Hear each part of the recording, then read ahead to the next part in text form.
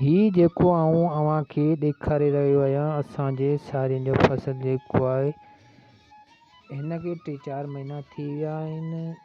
हिन साल 2022 वारी जेका बूंद सां बरसातुनि वारी आई तंहिं काफ़ी सारो असांजो नुक़सानु कयो आहे। बचियल फसल जेको आऊं तव्हांखे ॾेखारियां पियो इन में बि कुझु न कुझु अॻियां ऐं उन में हिसाब किताब थी वियो आहे या तस्दीक थिए कोन थी या हिन में हीअ त फसल 2-3 एकड़ जेकी आहिनि इहे सुठा आहिनि।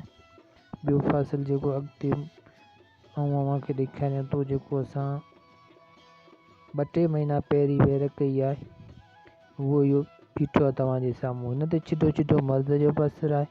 कैम बहादुर जेको ज़रिए दवा मर्कज़नि में कमु कंदो आहे उहो महिरबानी करे असांखे हिन जी ॼाण ॾींदो त असांखे बि ख़बर पए त हिन में असीं कहिड़ो भाण या दवा लॻायूं। जीअं जीअं अॻिते आऊं तव्हांखे फसल मुंहिंजो ॾेखारींदुसि।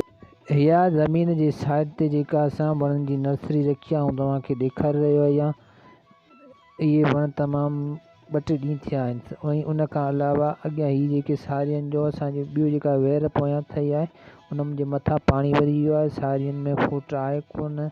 महिरबानी करे कंहिं दोस्त जेको ज़रिए फ्रेंचाइज़ ते कमु कंदो हुजे त असांखे हिन जे वधीक का मालूमात ॾिए जीअं त असांखे ख़बर पए त हिन ते कहिड़े कीड़नि जो हमिलो आहे त उन जो असीं देखभाल करे सघूं।